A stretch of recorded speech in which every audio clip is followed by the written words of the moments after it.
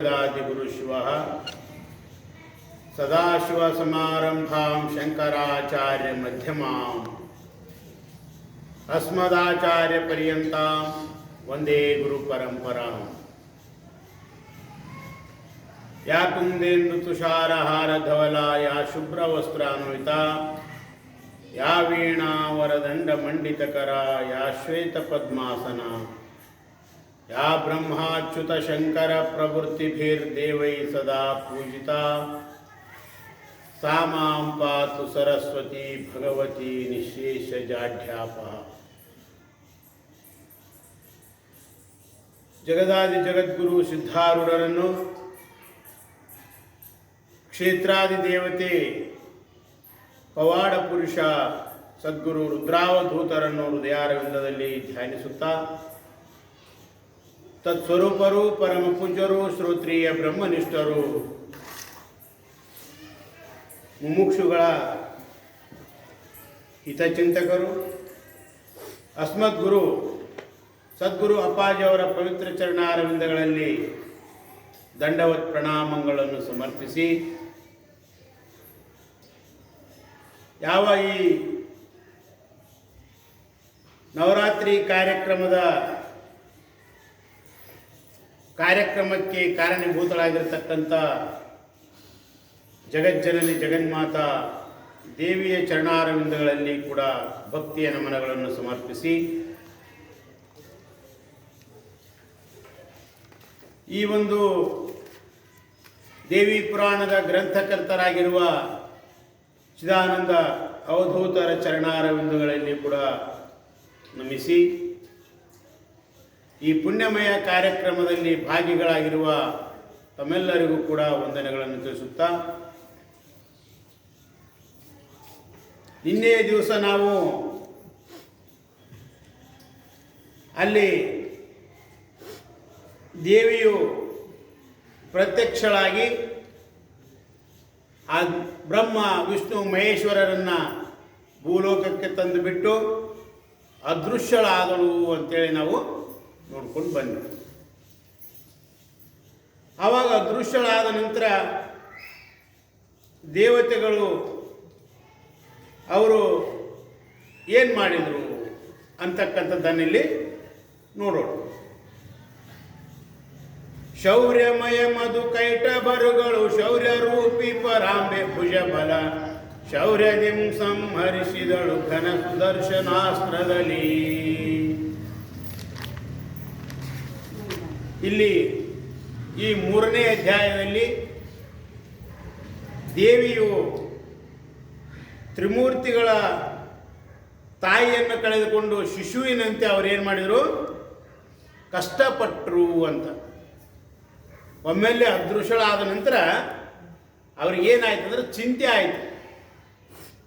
ಹೆಂಗ ಒಬ್ಬ ಮಗು ತನ್ನ ತಾಯಿಯನ್ನು ಕಳ್ಕೊಂಡ್ರೆ ಹೆಂಗ ಕಷ್ಟಪಡ್ತದೋ ಚಿಂತೆ ಮಾಡ್ತದೋ ಆ ರೀತಿಯಾಗಿ ಅಲ್ಲಿ ತ್ರಿಮೂರ್ತಿಗಳು ಕೂಡ ದೇವಿಯ ಅದೃಶ್ಯ ಆಗಲಿಕ್ಕಾಗಿ ಅವರು ಚಿಂತೆ ಪಟ್ಟರು. ಆನಂತರ ಒಂದು ನಿರ್ಣಯಕ್ಕೆ ಬಂದರು ಅವರು. ಯಾಗೂ ದೇವಿಯ ಒಂದು ಆಜ್ಞೆ ಆಗಿದೆ, ಈ ಜಗತ್ತನ್ನು ನೀವು ಬ್ರಹ್ಮ ಸೃಷ್ಟಿ ಮಾಡಲಿ, ವಿಷ್ಣು ಪಾಲನೆ ಮಾಡಲಿ, ರುದ್ರ ಸಂಹಾರ ಮಾಡಲಿ ಅಂತೇಳಿ ಹೇಳಿದ್ದಾಳೆ. ಆ ಕಾರ್ಯದಲ್ಲಿ ನಾವು ತೊಡಗೋಣ ಅಂತೇಳಿ ತಮ್ಮ ತಮ್ಮ ಕಾರ್ಯದಲ್ಲಿ ಅವರು ಪ್ರವೃತ್ತಿ ಆಗಲಿಕ್ಕೆ ವಿಚಾರ ಮಾಡಿದರು.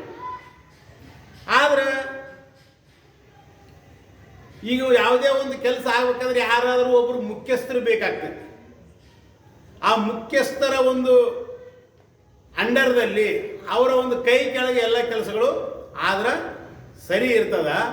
ಹಾಗಾದ್ರೆ ಮತ್ತು ನಮ್ಮೂರಲ್ಲಿ ಯಾರು ಮುಖ್ಯಸ್ಥರು? ಬ್ರಹ್ಮ ಅಂದ ಈ ಜಗತ್ತನ್ನು ನಾ ಸೃಷ್ಟಿ ಮಾಡಿಸ್ತೀನಿ, ನಾನೇ ಮುಖ್ಯ, ನಾನು ಹೇಳ್ದಂಗೆ ನೀವು ಕೇಳ್ರಿ ಅಂದ. ವಿಷ್ಣು ಅಂದ ನೀವು ಸೃಷ್ಟಿ ಮಾಡಿಬಿಡ್ತೀವಿ ಅಷ್ಟೇ, ನಾ ಪಾಲನೆ ಮಾಡ್ಬೇಕದನ್ನು, ಪಾಲನೆ ಪೋಷಣೆ ಮಾಡ್ತೀನಿ, ನಾನು ದೊಡ್ಡವ, ನಾನು ಹೇಳ್ದಂಗೆ ಕೇಳ್ರಿ ಅಂತೇಳಿ ಹಿಂಗೆ ಇವರಲ್ಲಿ ವಿವಾದ ಶುರುವಾಯಿತು. ಕೊನೆಗೇನು ನಿರ್ಣಯ ಮಾಡಿದ್ರಂದ್ರೆ, ಯಾರ ಹೊಟ್ಟೆಯಲ್ಲಿ 14 ಲೋಕಗಳದವು ಅವರೇ ದೊರೆಗಳು, ಅವರೇ ಪ್ರಮುಖ, ಅವರೇ ಮುಖ್ಯ, ಅವ್ರು ಹೇಳ್ದಂಗೆ ಉಳಿದವ್ರು ಕೇಳುವುದು ಅಂತೇಳಿ ಒಂದು ನಿರ್ಣಯಕ್ಕೆ ಬರ್ತಾರೆ. ಅದಕ್ಕಂದಾಗ ಅಲ್ಲಿ ಹೇಳ್ತಾರ, ಜಗಕ್ಕೆ ದೊರೆಯೊಬ್ಬಾತನಾಗಲು ಜಗವು ಸುಸೂತ್ರದಲ್ಲಿ ನಡೆಯುವುದು, ಜಗಕ್ಕೆ ಮೂವರು ದೊರೆಗಳಾಗಲು ಜಗ ನಡೆಯುವುದೆಂತೂ, ಜಗಕ್ಕೆ ನಾ ದೊರೆಯನ್ನ ಮಾತಿಂ ಜಗವ ಪಾಲಿಸಿರೆನಲು ಬ್ರಹ್ಮನು, ಜಗಕ್ಕೆ ದೊರೆ ನಾನೆನ್ನ ಆಜ್ಞೆಯ ನೀವೆಂದ. ಅವಾಗ ಹಿಂಗ ಜಗತ್ತಿಗೆ ಒಡೆಯ ಯಾರು ಅಂದ ಕೂಡಲೇ ಬ್ರಹ್ಮ ಅಂದ, ನಾನೇ ಜಗತ್ತಿಗೆ ಒಡೆಯ, ನನ್ನ ಆಜ್ಞೆಯಲ್ಲಿ ನೀವಿರ್ರಿ ಅಂತೇಳಿ ಹೇಳಿದ. ಅಲ್ಲಿ ಮೂವರು ನಾನು ನೀನು ಅಂತ ಈಗ ಹೆಂಗೆ ಒಂದು ಮನ್ಯಾಗ ಒಬ್ಬ ಹಿರಿಯ ಇದ್ನಂದ್ರೆ ಮನೆಯ ವ್ಯವಸ್ಥೆ ಸರಿಯಾಗಿ ನಡೀತದೆ. ತಲೆಗೊಬ್ಬರು ಹಿರಿಯರಾದ್ರಂದ್ರೆ ಇಬ್ಬರು ಮೂವರು ಹಿರಿಯತನ ಮಾಡಕತ್ತಿದ್ರಂದ್ರೆ ಎಲ್ಲ ಹಾಳು ಹಿಡಿತದೆ. ಹಂಗ ಇಲ್ಲಿ ಕೊನೆಗೆ ನಿರ್ಣಯ ಮಾಡಿರೋರು ಯಾರ ಹೊಟ್ಟೆಯಲ್ಲಿ 14 ಲೋಕಗಳದವು ಅವರೇ ಒಡೆಯರು ಅಂತೇಳಿ ಅಂದಾಗ ಅಲ್ಲಿ ಹೇಳ್ತಾರೆ, ಆರ ಗರ್ಭದಿ ಭುವನ 14 ಕಾರಿಗುಂಟೋ ಅವರೇ ದೊರೆಗಳು, ಆರಿಗಿಲ್ಲವೋ ಅವರೇ ಕಿಂಕರರೆನಲು ಅಜ ನಗುತ್ತಾ, ಶೌರಿ ನೀ ನಗೆಯು ಜಗವನ್ನೀಗಲೇ ತೋರುವೆನು, ಎಂದೀರ್ವರುಗಳ ಶರೀರವನ್ನು ನುಂಗಿದನು ಎಲೆ ಬಸವ ಕೇಳೆಂದ. ಇಲ್ಲಿ ಯಾರ ಒಂದು ಹೊಟ್ಟೆಯಲ್ಲಿ 14 ಲೋಕಗಳದವೋ ಅವರೇ ದೊರೆಗಳು, ಅವರೇ ಮುಖ್ಯ, ಯಾರಿಗಿಲ್ಲವೋ ಅವರು ಸೇವಕರು ಅಂತೇಳಿ ಈ ರೀತಿಯಾಗಿ ನಿರ್ಣಯ ಮಾಡಿ, ಅಜ ಅಂದ್ರ ಬ್ರಹ್ಮನು ನಗುತ್ತಾ ಏನು ಮಾಡಿದನಂದ್ರ, ಏ ಶಿವನೇ, ನೀನು ಮತ್ತು ವಿಷ್ಣು ನನ್ನ ಹೊಟ್ಟೆಯಲ್ಲಿ ಪ್ರವೇಶ ಮಾಡ್ರಿ, ಹೋಗಿ ನೋಡ್ರಿ ಅಂತೇಳಿ ಈ ರೀತಿಯಾಗಿ ಅಲ್ಲಿ ಹೇಳಿದ. ಆವಾಗ ಶಿವ ಮತ್ತು ವಿಷ್ಣು ಬ್ರಹ್ಮನ ಉದರದಲ್ಲಿ ಹೋದರು. ಬ್ರಹ್ಮನ ಉದರದಲ್ಲಿ ಹೋಗ್ಲಿಕ್ಕಾಗಿ ಅವರು ಏನೇನು ನೋಡಿದರು ಅಂದ್ರೆ ಅನೇಕ ರೀತಿ ವಿಚಿತ್ರ ಸೃಷ್ಟಿಯನ್ನಲ್ಲಿ ಅವರು ನೋಡಿದರು. ನದಿಗಳನ್ನು, ಮನುಷ್ಯರನ್ನು, ಈ ರೀತಿಯಾಗಿ ಅನೇಕ ಲೋಕಗಳನ್ನು ಕೂಡ ಅಲ್ಲಿ ಅವರು ಅವನ ಗರ್ಭದಲ್ಲಿ ನೋಡಿದರು. ಈ ರೀತಿಯಾಗಿ ಆಯಿತು ಅಂತೇಳಿ ಬಸವೇಶ್ವರನಿಗೆ ಶಿವನು ಹೇಳ್ತಾ ಇದ್ದಾನೆ, ಬಸವೇಶ ಕೇಳೆಂದ ಅಂತೇಳಿ. ಇಲ್ಲಿ 14 ಲೋಕಗಳು ಅಂತೇನು ಹೇಳಲ್ಪಟ್ರಲ್ಲ, ಆ 14 ಲೋಕಗಳಂದ್ರೆ ಇದು ದೃಷ್ಟಾಂತ ರೂಪದಿಂದ ಅಲ್ಲಿ ಒಂದು ಕಥೆ ರೂಪದಿಂದ ಹೇಳಿದ್ದಾರೆ ಅಲ್ಲಿ 14 ಲೋಕಗಳನ್ನು. ಆದರೆ ನಾವು ಇಲ್ಲಿ ವೇದಾಂತದಲ್ಲಿ ಅಥವಾ ಅದನ್ನ ಸಿದ್ಧಾಂತದಲ್ಲಿ ಯಾವ ರೀತಿಯಾಗಿ ತಿಳಿಬೇಕಂದ್ರೆ, ಇದರ ವಿಚಾರ ಮಾಡಿದರೆ ಯಾವುದು ವಸ್ತು ಮೊದಲು ಒಳಗಿರ್ತದೋ ಅದು ಹೊರಗೆ ತೋರ್ತದೆ, ಯಾವ ವಸ್ತು ಒಳಗೆ ತಯಾರಾಗ್ತದೋ ಅದು ಆಮೇಲೆ ಹೊರಗೆ ತೋರ್ತದೆ. ಈ ಸಾಮಾನ್ಯವಾಗಿ ನೀವು ಯಾವುದೇ ಒಂದು ಕೆಲಸ ಮಾಡಬೇಕಾಗೈತೆ ಅಂತ ತಿಳ್ಕೊಡಿ. ಮನೆ ಕಟ್ಟಬೇಕಾಗೈತಿ, ಮನೆ ಕಟ್ಟಬೇಕಂದ್ರೆ ಕಟ್ಟಿದ ನಂತರ ಮನೆ ಕಾಣ್ತೈತೆ. ಅಲ್ಲಿ ಆ ಮನೆ ಹೊರಗೆ ಕಾಣಬೇಕಾಯ್ತಂದ್ರೆ ಅದು ಮೊದಲು ಏನಾಗ್ತತಿ, ನಿಮ್ಮ ಮನಸ್ಸಿನಲ್ಲಿ ವಿಚಾರ ಬರ್ತೈತಿ, ನಾವೊಂದು ಮನೆ ಕಟ್ಟಬೇಕು ಅಂತೇಳಿ. ಆ ಯೋಚನೆಯನ್ನು ನೀವು ಕಾರ್ಯರೂಪಕ್ಕೆ ತಂದ್ರಿ ಅಂದ್ರೆ ಮುಂದೆ ಅದು ಹೊರಗೆ ತಯಾರಾಗ್ತದೆ. ಹೌದಿಲ್ಲ? ಹಂಗೆ ಇಲ್ಲಿ ಮೊದಲ ನಮ್ಮ ಶರೀರದಲ್ಲೇ ಇವು 14 ಲೋಕಗಳದಾವು. ಆ ರೀತಿಯಾಗಿ ಉಪಮ ಕೊಟ್ಟು ಹೇಳಿದ್ದಾರೆ. 14 ಲೋಕಗಳು ಯಾವುವು ಅಂತ ಕೇಳಿದ್ರೆ, ಪಂಚ ಜ್ಞಾನೇಂದ್ರಿಯ, ಪಂಚ ಕರ್ಮೇಂದ್ರಿಯ ಮತ್ತು ಅಂತಃಕರಣ ಚತುಷ್ಟಯ ಅಂತೇಳಿ ಇವು 14 ಏನದವಲ್ಲ, ಇವು 14 ಲೋಕಗಳು ಅಂತೇಳಿ ಹೇಳಲ್ಪಡ್ತದ. ಆದ್ರೆ ಇಲ್ಲಿ 14 ಲೋಕಗಳಂತಂದ್ರೆ ಇವು 14 ತ್ರಿಪುಟಿಗಳಿಂದನೇ ಎಲ್ಲ ವ್ಯವಹಾರ ನಡೀತದ. ಜಗತ್ತಿನ ವ್ಯವಹಾರ ನಡಿಬೇಕಾದ್ರೆ ಈ 14 ತ್ರಿಪುಟಿಗಳಿಂದನೇ ನಡೆದೈತೆ. ಹೌದಿಲ್ಲ? ಕಣ್ಣು ನೋಡ್ತದ, ಕಿವಿ ಕೇಳ್ತದ, ಮೂಗಿನಿಂದ ಮೂಸಿಸ್ತೀವಿ, ಹಿಂಗೆಲ್ಲ ವ್ಯವಹಾರಗಳು ನಡೆದವ. ಇವಕ್ಕೆ ತ್ರಿಪುಟಿಗಳು ಅಂತಾರೆ ಶಾಸ್ತ್ರದಲ್ಲಿ. ಇವಕ್ಕೇನಂತಾರ? ತ್ರಿಪುಟಿಗಳಂತಾರೆ. ಇವುಗಳನ್ನು ತಿಳಿಬೇಕಾದ್ರೆ ಇವು 14 ಯಾರಲ್ಲಿದವೋ ಅವ್ರನ್ನ ಹಿರಿಯರು ಅಂತೇಳಿ ನಿರ್ಣಯ ಮಾಡೋದು. ಇವು ಪ್ರತಿಯೊಬ್ಬರಲ್ಲಿ ಇವು 14 ತ್ರಿಪುಟಿಗಳು ಅದಾವು ಅಂತೇಳಿ ನಾವು ತಿಳ್ಕೊಬೇಕು. ಆ 14 ತ್ರಿಪುಟಿ ಅಂದ್ರೆ 3 ಕೂಡಿದ್ದು, ಮುಪ್ಪುರಿಗಳಿಂದ ಕೂಡಿದ್ದು. ತ್ರಿಪುಟಿ ಅಂದ್ರೆ 3 ಪುಟಗಳಿಂದ ಕೂಡಿದ್ದು ಅಂತ. 3 ಪುಟಗಳಂದ್ರೆ ಹೆಂಗದು ನಮಗೆ ತಿಳಿಬೇಕಂದ್ರೆ ಈಗ ಸಾಮಾನ್ಯವಾಗಿ ಒಂದು ಅರ್ಥ ಮಾಡಿಕೊಂಡು ಮುಂದೆ ಹೋಗೋಣ, ಉಳಿದುತ್ತೆ ಅದರಂತೆ ತಿಳ್ಕೊಳ್ಳೋದು. ಈಗ ಕಣ್ಣಿನಿಂದ ನಾವು ನೋಡ್ತೀವಿ, ಹೌದಾ? ಹೊರಗಿನ ಪ್ರಪಂಚದ ಒಂದು ದೃಶ್ಯವನ್ನು ನಾವೆಲ್ಲ ಕಣ್ಣಿನಿಂದ ನೋಡ್ತೀವಿ. ಇದು ಕಣ್ಣಿಗೆ ಏನಂತಾರು ಅಂದ್ರೆ ಅಧ್ಯಾತ್ಮ ಅಂತಾರೆ. ಈಗ ಅಧ್ಯಾತ್ಮ ಅಂತಾರೆ. ಆಮೇಲೆ ಇದು ನೋಡ್ಬೇಕಾದ್ರೆ ತಾನ ನೋಡಂಗಿಲ್ಲ, ಇದು ತಾನ ನೋಡಂಗಿಲ್ಲ. ಇದಕ್ಕೊಂದು ಶಕ್ತಿ ಐತಿ ಹಿಂದ. ಆ ಶಕ್ತಿಯ ಒಂದು ಪ್ರೇರಣೆಯಿಂದ ಇದು ತನ್ನ ಕೆಲಸವನ್ನ ಮಾಡ್ತದೆ. ಈಗ ಕಣ್ಣು ನೋಡ್ಬೇಕಾದ್ರೆ ಆ ನೇತ್ರಕ್ಕೆ ಅಧಿದೇವತೆ ಸೂರ್ಯ ಅದಾನ. ಆ ಸೂರ್ಯನ ಪ್ರೇರಣೆ ಇತ್ತು ಅಂದ್ರೆ ಈ ಕಣ್ಣು ರೂಪವನ್ನ ಅರಿತದ, ತಿಳಿತದ, ಹೊರಗಿನ ದೃಶ್ಯವನ್ನ ನೋಡ್ತದ. ಅಂದ್ರೆ ಅಲ್ಲಿ ಇರ್ತಕ್ಕಂಥ ವಸ್ತು ಅದು ಅಧಿಭೂತ, ಇದಕ್ಕೆ ಪ್ರೇರಣೆ ಆಗಿರ್ತಕ್ಕಂಥದ್ದು ಸೂರ್ಯ ಅಧಿದೈವ, ನೇತ್ರ ಅಧ್ಯಾತ್ಮ. ಇದಕ್ಕೆ ಅಧ್ಯಾತ್ಮ, ಅಧಿದೈವ, ಅಧಿಭೂತ ಅಂತೇಳಿ ಈ 3ಗಳು ಇದ್ದಾಗನೇ ಇಲ್ಲಿ ವ್ಯವಹಾರ ನಡೀತೈತಿ, ತ್ರಿಪುಟಿಗಳ ನಡೀತೈತಿ. ಇದರಲ್ಲಿ ಒಂದು ಇಲ್ಲ ಅಂದ್ರೆ ವ್ಯವಹಾರ ನಡೆಯಂಗಿಲ್ಲ. ತ್ರಿಪುಟಿಗಳಲ್ಲಿ ಒಂದು ಇಲ್ಲ, ಕೊರತೆ ಆದ್ರೆ ವ್ಯವಹಾರ ನಡೆಯಂಗಿಲ್ಲ. ಈಗ ಸಾಮಾನ್ಯವಾಗಿ ಈಗ ಒಂದು ಬಾವಿ ಐತಿ, ಬಾವಿಯಲ್ಲಿ ಸೇದು ಬಾವಿ ಇದ್ದು ಆವಾಗ, ಈಗೆಲ್ಲ ಬಾವಿ ಹೋಗ್ಯಾವ, ಬೋರ್ ಬಂದವೆಲ್ಲ. ಬಾವಿಯಲ್ಲಿ ಒಂದು ಕೊಡ ಬಿದ್ದೈತಿ, ಕೊಡ ಬಿದ್ದೈತಿ. ಅದನ್ನ ಈಜು ಬರೋವನ್ನ ಒಬ್ಬನ ಬಾವಿ ಒಳಗೆ ಇಳಿಸಿದ್ರು. ಅವನು ನೀರಿನೊಳಗೆ ಇಳಿದ, ಎಲ್ಲ ಹುಡುಕಾಡಿದ, ಅವನಿಗೆ ಕೊಡ ಸಿಗಲಿಲ್ಲ. ಕೊಡ ಇಲ್ಲ ಅಂತೇಳಿ ಹೇಳ್ಬೇಕಂತ ನಾವ ಯಾರಿಗೆ, ಮ್ಯಾಲಿದ್ದವ್ರಿಗೆ ಹೇಳ್ಬೇಕಂತ ಕರೆ ಹೇಳಕ್ ಬರ್ತತೇನು? ಬರಂಗಿಲ್ಲ. ಯಾಕ? ನೀರಾಗದ. ಅಲ್ಲಿ ಆ ನೇತ್ರ ರೂಪ, ಇದು ವಾಣಿ ಐತಲ್ಲ, ವಾಣಿ ರೂಪ ಅಧಿಭೂತಕ್ಕೆ ಅಧಿದೈವತ ಯಾರು? ಅಗ್ನಿ ಐತಿ. ಅಗ್ನಿ ಅಧಿಭೂತ ಅಧಿದೈವ ಐತಿ. ಆ ಅಗ್ನಿ ಅಂತಕ್ಕಂಥ ಅಧಿದೈವದಿಂದ ಪ್ರೇರಣೆಯಾಗಿ ನಮ್ಮ ಮಾತುಗಳು ಬರ್ತಾವು. ಆದ್ರೆ ನೀರಿನಲ್ಲಿರುವ ಕಾರಣವಾಗಿ ಅದು ಏನಾಯ್ತಿ? ವಿರೋಧ ಐತಿ. ಅಗ್ನಿಗೂ ನೀರಿಗೂ ವಿರೋಧ ಐತಿ. ಆದ್ದರಿಂದ ಅವನಿಗೆ ಅಲ್ಲಿ ಹೇಳಕ್ ಬರಂಗಿಲ್ಲ. ಅಂದ್ರೆ ಏನು ಕೊರತೆ ಆಯ್ತು? ಒಂದು ಅಧಿದೈವದ ಕೊರತೆ. ಆದ್ದರಿಂದ ಅಲ್ಲಿ ವ್ಯವಹಾರ ನಡೀಲಿಲ್ಲ. ಅದೇ ಮೇಲೆ ಬಂದ ಮೇಲೆ ಹೇಳ್ತಾನ, ಕೊಡ ಸಿಗಲಿಲ್ಲ ಅಂತೇಳಿ. ಸಿಕ್ಕಿತೋ ಸಿಗಲಿಲ್ಲ ಏನೋ ಹೇಳ್ಬೇಕಾದ್ರೂ ಕೂಡ ಅದು ಮೇಲ್ ಬಂದ ಮೇಲೆ ಹೇಳಕ್ ಬರ್ತೈತಿ, ನೀರಾಗಿದ್ದಾಗ ಹೇಳಕ್ ಬರಲ್ಲ. ಯಾಕ? ಅಲ್ಲಿ ಅಧಿದೈವತೆಯ ಕೊರತೆ ಐತಿ. ಹಂಗ ಈ ಲೋಕದ ವ್ಯವಹಾರಗಳು ನಡಿಬೇಕಾದ್ರೆ ತ್ರಿಪುಟಿಯ ವ್ಯವಹಾರದಿಂದಲೇ ಜಾಗೃತದಲ್ಲಿ ಎಲ್ಲ ವ್ಯವಹಾರಗಳು ನಡೀತಾ ಇದ್ದಾವೆ. ಅದರಲ್ಲಿ ಒಂದು ಕೊರತೆ ಆದ್ರೆ ವ್ಯವಹಾರ ನಡೆಯೋದಿಲ್ಲ. ಇವನ್ನೇ ಇಲ್ಲಿ 14 ಲೋಕಗಳು ಅಂತೇಳಿ ಹೇಳಲ್ಪಟ್ಟವು. ಅಲ್ಲದೇ ಯಥಾ ಬ್ರಹ್ಮಾಂಡ ತಥಾ ಪಿಂಡಾಂಡ ಅಂತ ಕೂಡ ಹೇಳಲ್ಪಟ್ಟದ್ದು. ಹೆಂಗ ಬ್ರಹ್ಮಾಂಡದಲ್ಲಿರ್ತಕ್ಕಂಥದ್ದು ಈ ಪಿಂಡಾಂಡದಲ್ಲಿ ಐತಿ, ಈ ಪಿಂಡಾಂಡದಲ್ಲಿರ್ತಕ್ಕಂಥದ್ದು ಈ ಬ್ರಹ್ಮಾಂಡದಲ್ಲಿ ಐತಿ.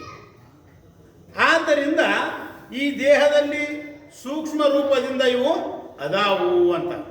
ಈ ದೇಹದಲ್ಲಿರುವ ವಸ್ತುಗಳನ್ನು ತಿಳ್ಕೊಂಡ್ವಿ ಅಂದ್ರೆ ನಾವು ಬ್ರಹ್ಮಾಂಡಗಳಲ್ಲಿರ್ತಕ್ಕಂಥ ವಸ್ತುಗಳನ್ನು ತಿಳಿದಂತೆ ಅಂತೇಳಿ ನಾವು ನಿಶ್ಚಯ ಮಾಡತಕ್ಕದ್ದು. ಆಮೇಲೆ ಅಲ್ಲಿ ಶರೀರವನ್ನ ನುಂಗಿದ ಅಂತ ಬರ್ತಾ ಇದೆ ಪದ್ಯದಲ್ಲಿ. ಶರೀರವನ್ನು ನುಂಗಿದ ಅಂತ ಮುಂದೆ ಬರ್ತದೆ. ಅಲ್ಲಿ ಏನು ಶರೀರವನ್ನು ನುಂಗಿದ ಅಂದ್ರೆ ಇಲ್ಲಿ 3 ಅವಸ್ಥೆಗಳದಾವು. 3 ಅವಸ್ಥೆಗಳು, ಜಾಗ್ರ, ಸ್ವಪ್ನ, ಸುಷುಪ್ತಿ ಅಂತ 3 ಅವಸ್ಥೆಗಳದಾವು. ಇಲ್ಲಿ ಶರೀರಗಳು ಕೂಡ 3 ಅದಾವು, ಸ್ಥೂಲ, ಸೂಕ್ಷ್ಮ, ಕಾರಣ ಅಂತೇಳಿ. ಆಮೇಲೆ ಸ್ಥೂಲ ಶರೀರಕ್ಕೆ ಜಾಗ್ರದ ಅವಸ್ಥಾ, ಸೂಕ್ಷ್ಮ ಶರೀರಕ್ಕೆ ಸ್ವಪ್ನ ಅವಸ್ಥಾ, ಕಾರಣ ಶರೀರಕ್ಕೆ ಸುಷುಪ್ತಿ ಅವಸ್ಥಾ ಅಂತೇಳಿ ಹಿಂಗ ಶಾಸ್ತ್ರದಲ್ಲಿ ಒಂದು ನಿರ್ಣಯ ಐತಿ. ಇಲ್ಲಿ ಯಾವ ರೀತಿಯಾಗಿ ಸೂಕ್ಷ್ಮ ಶರೀರಕ್ಕೆ ಸ್ವಪ್ನಾವಸ್ಥೆ ಅಂತ ಹೇಳಿದ್ವಿ, ಇಲ್ಲಿ ಕಾರಣ ಶರೀರಕ್ಕೆ ಸುಷುಪ್ತಿ ಅವಸ್ಥಾ ಅಂತ ಹೇಳಿದ್ವಿ.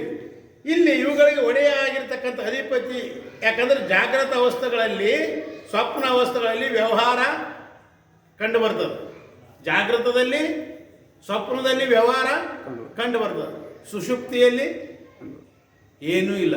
ಯಾಕಂದ್ರೆ ಇಲ್ಲಿ ತನ್ನ ಕಾರಣವಾದ ಅಜ್ಞಾನದಲ್ಲಿ ಅದು ಲಯ ಆಗ್ತದೆ. ಅಂಥೇಳಿನೇ ಜಾಗೃತದಲ್ಲಿ ಚೆನ್ನಾಗಿ ತಿಳಿಯತಕ್ಕಂಥದ್ದು ಸತ್ವಗುಣ ಮತ್ತು ಸ್ವಪ್ನದಲ್ಲಿರ್ತಕ್ಕಂಥ ರಜೋಗುಣ, ಇದು ರಜೋಗುಣ, ಸುಷುಪ್ತಿಯಲ್ಲಿ ತಮೋಗುಣ ಅಂತ ಕೂಡ ಹೇಳಲ್ಪಟ್ಟದ.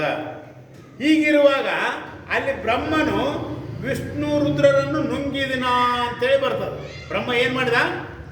ವಿಷ್ಣು ಮತ್ತು ಶಿವನನ್ನ, ರುದ್ರನನ್ನ ತನ್ನ ಶರೀರದಲ್ಲಿ ನುಂಗಿದ ಅಂತೇಳಿ ಹೇಳ್ತಾರಲ್ಲ. ಇಲ್ಲಿ ಹೇಳ್ತಕ್ಕಂಥದ್ದು ಏನಂದ್ರೆ, ಇಲ್ಲಿ ಅದರ ವ್ಯವಹಾರ ಏನೂ ತಿಳಿಯದೆ ಕೇವಲ ಕಲ್ಪನಾತ್ಮಕವಾಗಿರ್ತಕ್ಕಂಥ ಶರೀರವುಳ್ಳವನಾದನು ಅಂತ ಅರ್ಥ.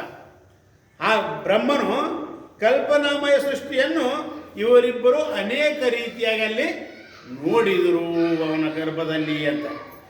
ಹಾಗೆ ಆಮೇಲೆ ವಿಷ್ಣುವನ್ನ ಶರೀರವನ್ನು ಬ್ರಹ್ಮ ಮತ್ತು ಶಿವ ಇವರಿಬ್ಬರು ಒಳಗೆ ಹೋಗಿ ನೋಡಿದರು ಅಂತ ಹೇಳಿ, ಹೊರಗೆ ಬರುವಾಗ ದಾರಿ ಕಾಣಲಾರ್ದನೆ ವಿಷ್ಣು ಏನು ಮಾಡಿದ್ನಂದ್ರೆ, ವಿಷ್ಣುವಿನ ವಂಕಳಿನಿಂದ ಆ ಬ್ರಹ್ಮ ಹೊರಗೆ ಬಂದ. ಇವರಿಬ್ಬರು ಒಳಗೆ ಹೋಗಿದ್ರಲ್ಲ, ಆವಾಗ ವಿಷ್ಣು ಎಲ್ಲ ಮಲ್ಕೊಂಡ್ಬಿಟ್ಟ, ಸಮಾಧಿಸ್ಥನಾಗಿಬಿಟ್ಟ. ವಿಷ್ಣುವಿನ ಗರ್ಭದಲ್ಲಿ ಇವರು ಬ್ರಹ್ಮ ಹೋದಾಗ ಆವಾಗ ಅವನಿಗೆ ದಿಕ್ಕ ಕಾಣಲಾರ್ದಾಯ್ತು. ಆವಾಗ ಅವನು ವಿಷ್ಣುವಿನ ನಾಭಿಯಿಂದ ಬ್ರಹ್ಮ ಹೊರಗೆ ಬಂದ. ಹೊರಗೆ ಬಂದು 4 ಕಡೆ ನೋಡಿದವ. 4 ಕಡೆ ನೋಡ್ಲಿಕ್ಕಾಗಿ ಅವನಿಗೆ 4 ಮುಖಗಳಾದವು. ಮತ್ತು ಮೇಲೆ ನೋಡ್ಲಿಕ್ಕಾಗಿ ಮತ್ತೊಂದು ಮುಖ ಆಯಿತು ಅಂತೇಳಿ ಹೇಳ್ಬಿಡ್ತಾರೆ. ಅಲ್ಲದೇ ಕೊನೆಗೆ ಅದು ಮೇಲಿರ್ತಕ್ಕಂಥ ಸ್ಥಿರ ಬ್ರಹ್ಮನಿಗೆ ಕಪಾಲ ಆಯಿತು ಅಂತೇಳಿ ಬರ್ತದೆ. ಆಮೇಲೆ 4 ಮುಖಗಳಿಂದ 4 ವೇದಗಳು, ಋಗ್ವೇದ, ಯಜುರ್ವೇದ, ಋಗ್ ಯಜು ಸಾಮ ಅಥರ್ವಣ ಅಂತ, ಋಗ್ವೇದ, ಯಜುರ್ವೇದ, ಸಾಮವೇದ, ಅಥರ್ವಣ ವೇದ ಅಂತೇಳಿ ಈ 4 ವೇದಗಳು ಉತ್ಪತ್ತಿ ಆದವು ಅಂತೇಳಿ ಹೇಳೋದು. ಅದನ್ನ ಇಲ್ಲಿ ಹೇಳ್ತಾರ, 4 ದಿಕ್ಕನ್ನು ನೋಡಲಿಕ್ಕೆ ಮುಖ 4 ಆದವು ಅಜನು ಮೋರೆಯು, ಮೇಲಕ್ಕೆತ್ತಿಯ ನೋಡೆ ಮತ್ತೊಂದಾಯ್ತು ಆನನವು, ಏಕ ಮುಖ ಕಾಲಾಂತರದಿ ಶಿವಗೇಕ ಪಾಲವದಾಯ್ತು, ಕೇಳಿ 4 ಮುಖದಿ 4 ವೇದಗಳು ಹುಟ್ಟಿದವು ಎಂದ. ಅದನ್ನ ಹೇಳಿದ್ದಾರೆ.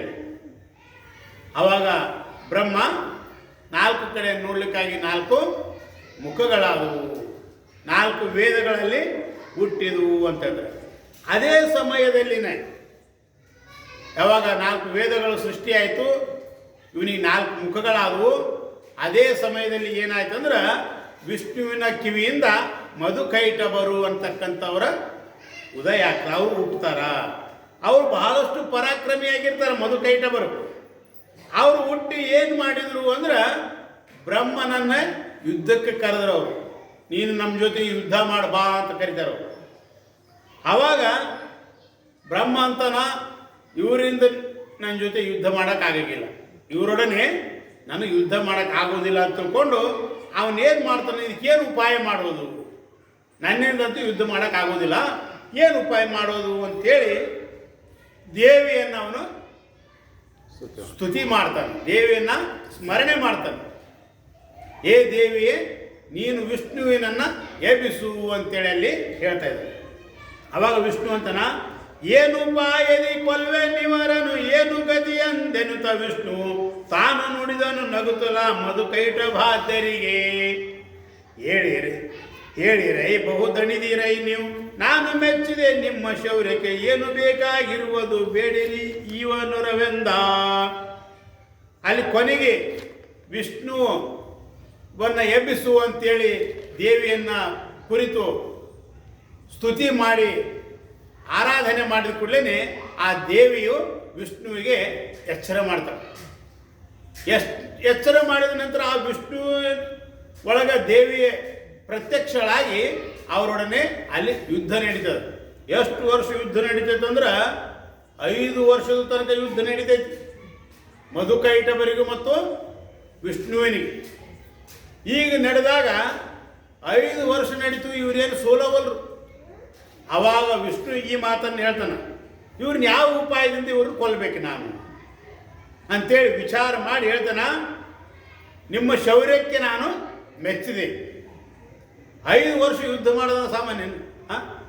ನಿಮ್ಮ ಶೌರ್ಯಕ್ಕೆ ನಾನು ಮೆಚ್ಚಿದ್ದೇನೆ, ನೀವು ಏನು ವರ ಕೇಳ್ರಿ ನಾನು ಕೊಡ್ತೀನಿ ಅಂತೇಳಿ ವಿಷ್ಣು ಅಂದ.